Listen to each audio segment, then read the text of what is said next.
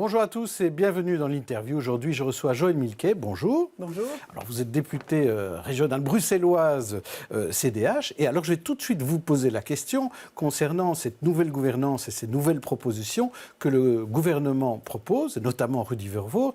Il dit qu'il faut décumuler les postes de député régional et de bourgmestre. Alors, vous êtes aujourd'hui députée régionale et conseillère communale. Mais qu'est-ce que vous en pensez de ce cumul ou de ce décumul ?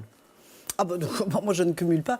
Non, je pense qu'il faut des grandes réformes de la gouvernance qui touchent différents aspects, pas uniquement celui-là, mais peut-être également celui-là. Alors, c'est vrai que moi, jusqu'à présent, j'ai toujours défendu l'idée selon laquelle il était intéressant, et je l'ai vécu comme ministre de l'Intérieur, d'avoir au Parlement des personnes qui, intellectuellement et politiquement, connaissent très très bien les difficultés locales, la problématique de terrain et la situation des personnes, qui connaissent aussi les problèmes de sécurité au niveau local, et que c'est vrai que quand on a un ancrage local, on alimente son travail parlementaire et vice-versa.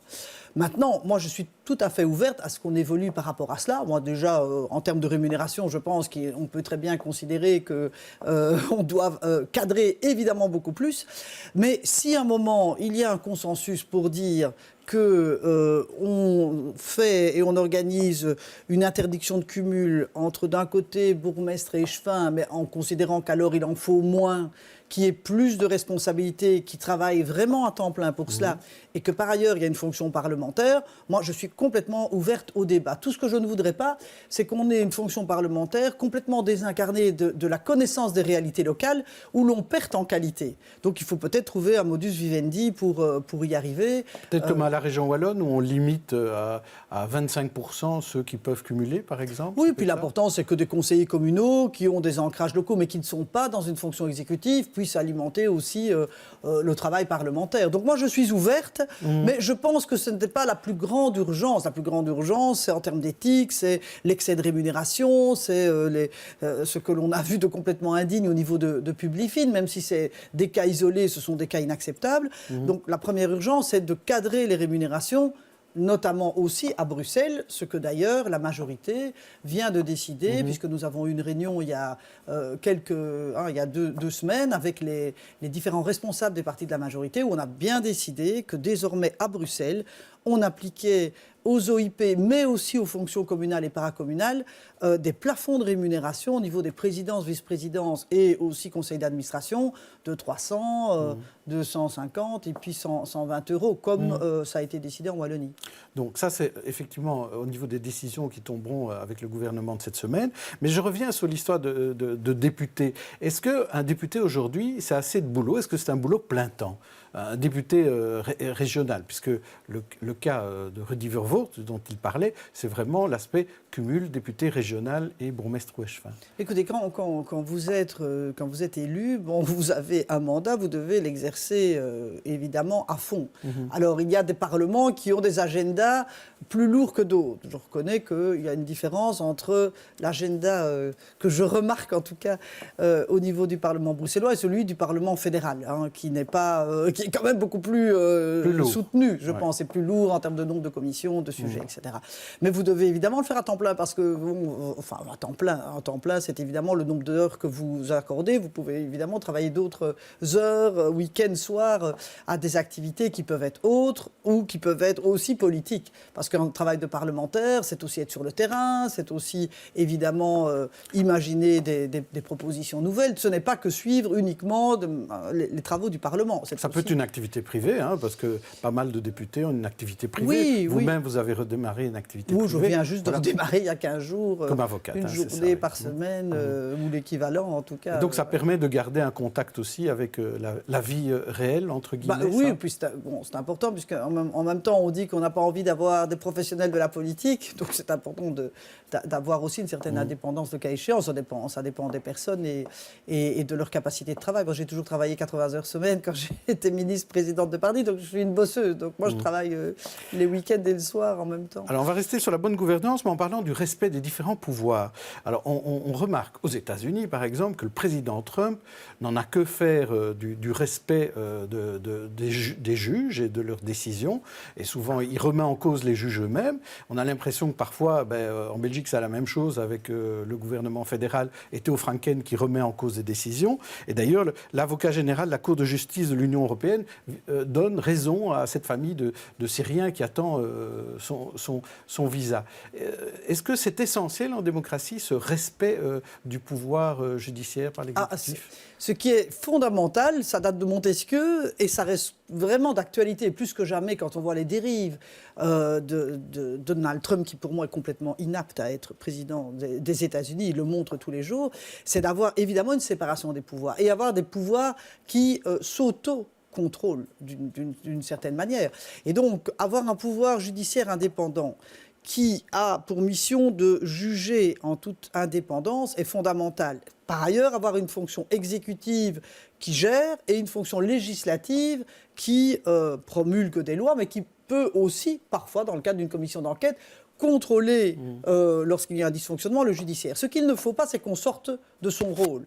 Que les juges commencent à vouloir faire de la politique, et il y a des tentations, et à vouloir faire comme s'ils légiféraient à l'occasion de dossiers, et ce qu'on peut appeler à un moment le gouvernement des juges. Il ne faut pas que le politique commence, ou le média d'ailleurs, à vouloir jouer pouvoir judiciaire en direct. Ce n'est pas non plus l'objectif. Donc tout le monde doit rester dans son cadre, mais il est fondamental qu'il y ait cette séparation.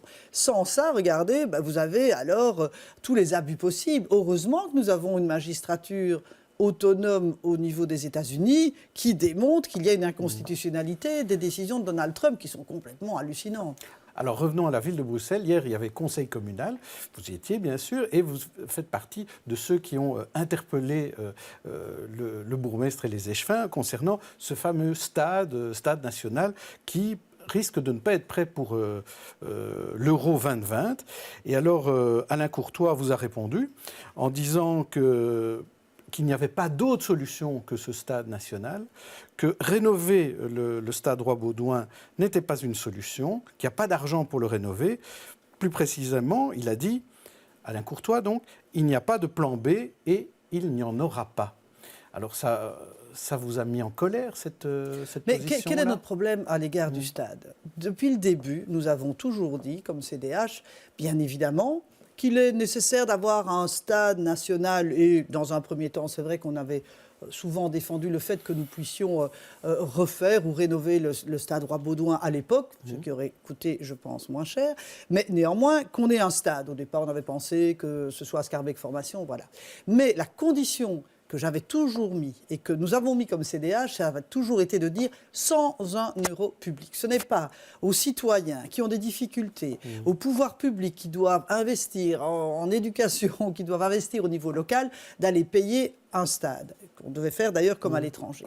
Et le gros problème, et le point qui m'irrite profondément, c'est que cet engagement qui avait été suivi par d'autres n'a jamais été respecté. Puisque jusqu'à présent, on n'est encore nulle part.